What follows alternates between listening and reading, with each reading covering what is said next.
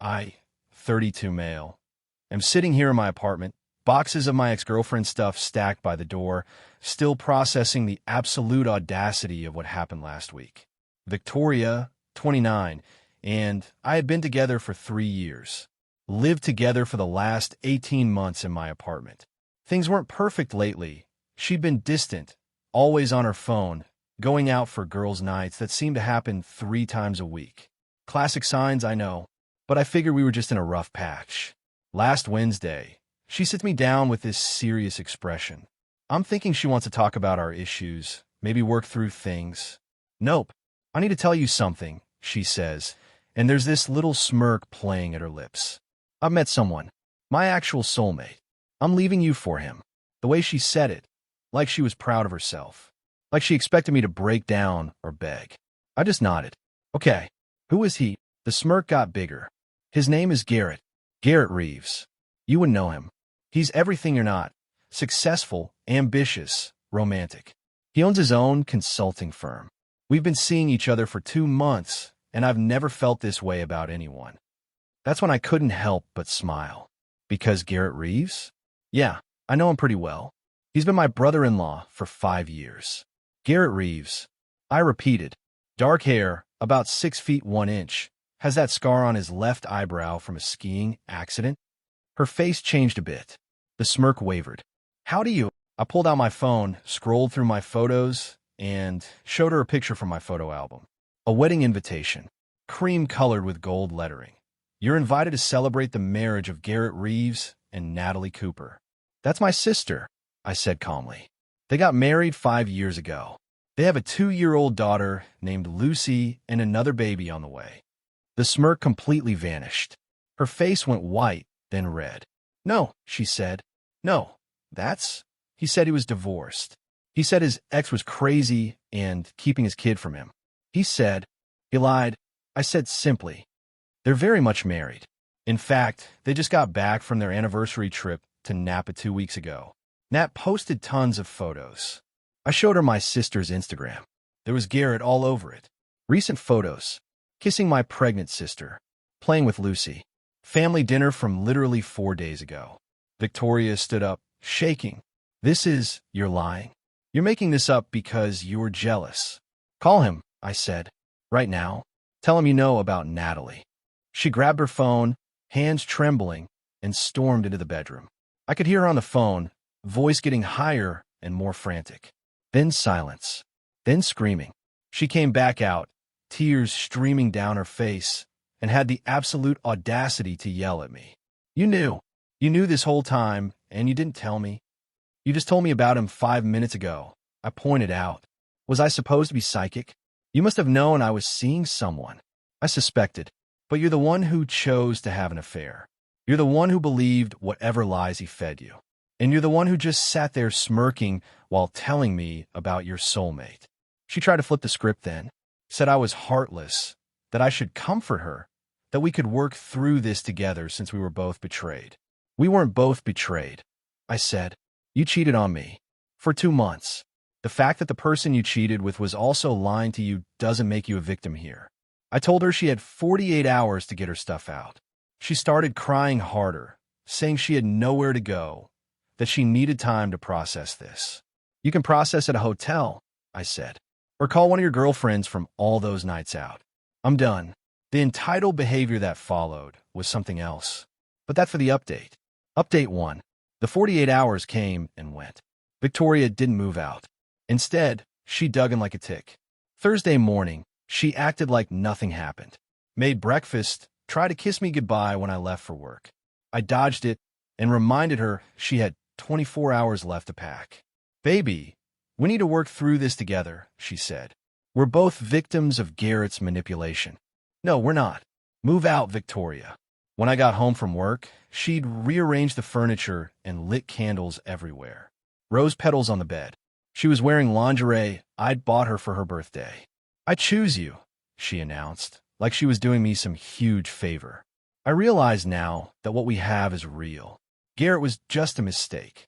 I walked right back out and crashed at my buddy Derek's place. Texted her that she now had 12 hours. Friday morning, I get a call from my sister Natalie. Victoria had contacted her.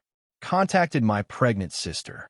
Your psycho ex just messaged me on Facebook, Nat said. She's claiming I stole Garrett from her and that they're soulmates. Is she insane? I explained everything. Nat was furious. Not at me, at both Victoria and Garrett. Turns out this wasn't Garrett's first rodeo. He'd cheated before, early in their marriage, and they'd done counseling. Nat thought he'd changed. I'm done with him, she said. But your ex is delusional if she thinks she has any claim here. She knew he was married. She says she didn't know. Bullshit. His Facebook says married. His Instagram has family photos. She knew. Friday afternoon, I go back to my apartment with Derek and another friend to make sure Victoria leaves. She's there with 3 suitcases and her best friend Qley, who immediately starts attacking me. You're throwing her out when she's at her most vulnerable. What kind of man does that? The kind whose girlfriend cheated on him for 2 months, Derek said before I could answer. God bless Derek. Victoria then drops this bomb. I'm pregnant. Everyone freezes. She's holding a pregnancy test, showing 2 lines. It's yours, she says, looking at me with tears in her eyes. From before Garrett. We could be a family. I look at the test. Something seems off. When did you take this? This morning. Can you take another one? Right now? I'll buy it. Her face changes. You don't trust me? No, I don't. Qley starts screaming about trust and respect. Victoria refuses to take another test. I pull out my phone and do a reverse image search on a hunch. The exact same pregnancy test photo shows up on a pregnancy forum from 2019. You screenshot this from the internet, I said, showing everyone my phone. Silence. Victoria grabs her bags and storms out, Qley trailing behind her, still trying to defend her friend's honor. Saturday morning, Victoria's mom Sharon calls me, not to apologize for her daughter's behavior. Oh no, to demand I pay Victoria 3 months' rent for illegal eviction and emotional damages. She's heartbroken and homeless because of you, Sharon says. A real man would take responsibility. Your daughter cheated on me, lied about being pregnant, and tried to manipulate me. She's getting nothing. She gave you 3 years of her life, and I gave her free housing for 18 months. We're more than even. Sharon threatened legal action.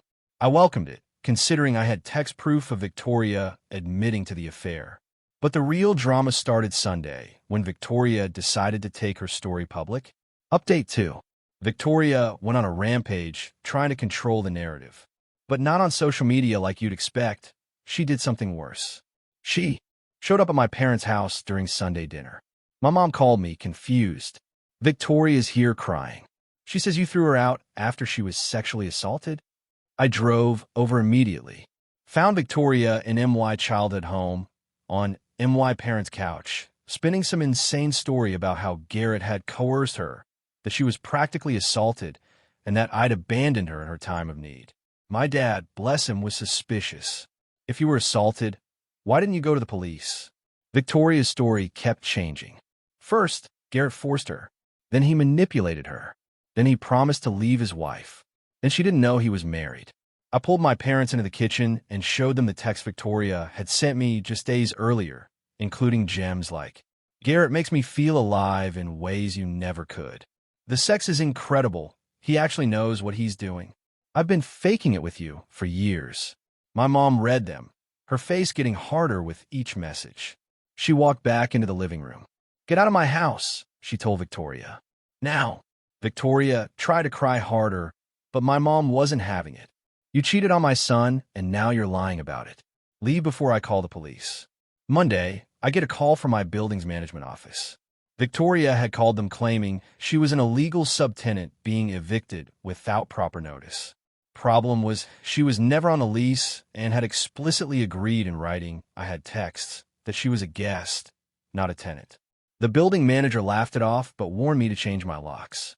Tuesday was when Garrett finally entered the picture directly. He showed up at my apartment. We need to talk man to man, he said. No, we don't. You need to talk to my sister about why you've been screwing around. Again. Look, Victoria's crazy.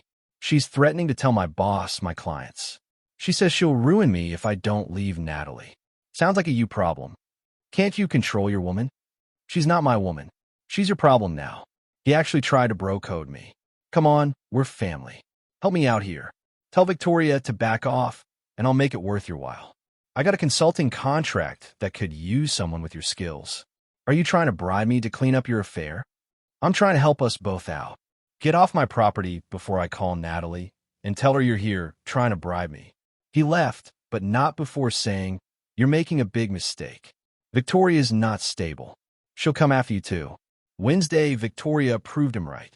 She submitted a claim to small claims court for 3 months' rent, $4,500. Emotional damages, $5,000. Her share of furniture she never paid for, $3,000. Lost wages from being too traumatized to work, $2,000. Total, $14,500. The kicker? She hadn't worked in 6 months. She quit her job to focus on her art. She sold 2 paintings on Etsy in that time for $30 each. Thursday, Natalie called. She was leaving Garrett and moving back in with our parents temporarily. She also had news. Garrett had been sued for sexual harassment at his company 2 years ago. It was settled quietly. The woman looked a lot like Victoria. And like Natalie, Garrett had a type. I'm going to bury him in the divorce, Nat said. And your ex is going to be Exhibit A. Friday, the best part. Victoria's mom, Sharon, called again. But this time, she was panicked. Victoria needs to drop everything right now, she said. Why would she do that? Because Garrett's wife just contacted me. She has evidence of everything. Turns out, Natalie had hired a PI after the first cheating incident years ago. She never fully trusted Garrett again. The PI had photos of Garrett and Victoria together at hotels, at restaurants, making out in his car, all dated and time-stamped. But here's the beautiful part. In several photos, Victoria is wearing her work badge. From a job she hadn't quit yet, during hours she was supposed to be working, at her government job, where time card fraud is a federal offense. Natalie wasn't just going after Garrett in the divorce. She was considering sending the evidence to Victoria's former employer. Tell your daughter to drop the small claims case and leave me alone, or Natalie sends those photos to the Department of Labor, I told Sharon. That's blackmail. No, that's consequences. Victoria committed time card fraud to have an affair. That's on her. Final update. Victoria dropped the small claims case within 24 hours. But she couldn't let it go entirely. She sent me one last text. You and your sister ruined my life. Garrett and I could have been happy. I didn't respond, but Natalie did. She sent Victoria a cease and desist letter, along with a timeline of Garrett's affairs. Victoria wasn't special. She was number for that Natalie knew about. The divorce proceedings between Natalie and Garrett got ugly fast. Victoria got subpoenaed as a witness.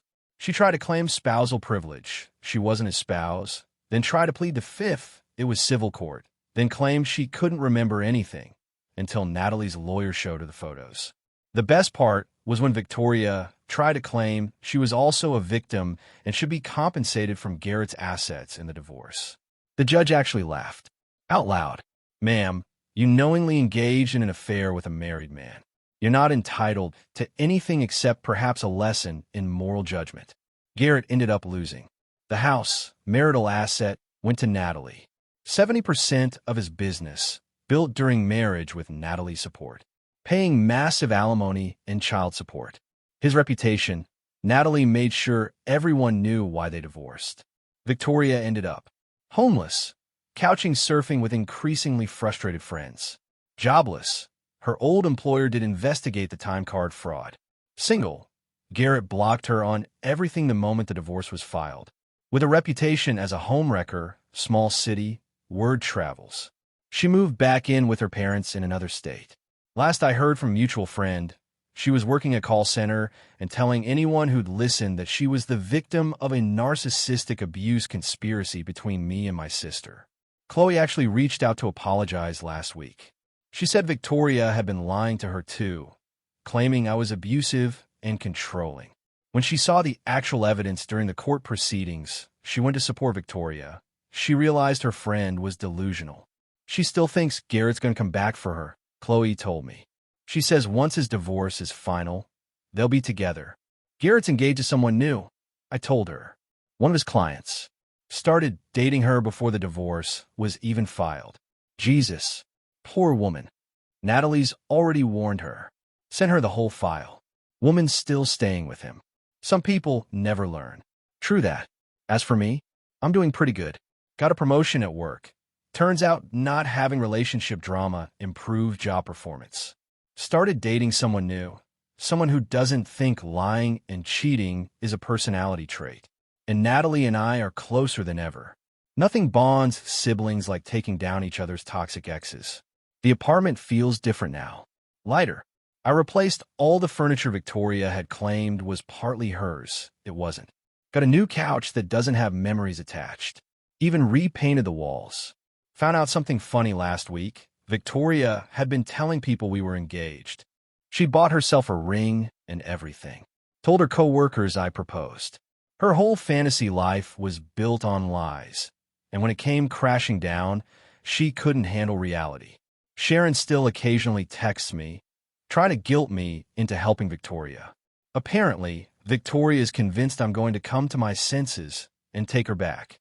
She tells people we're on a break and that I'm just being stubborn. It's been 2 months now since that night. She smirked and told me about her soulmate. That smirk haunted me for a while, the pure entitlement of it.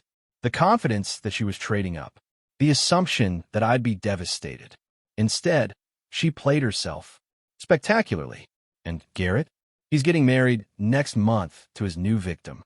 Natalie and I are taking bets on how long it lasts. I give a year. Nat says 6 months. The funniest part? Victoria still has that wedding invitation photo I showed her saved on her phone.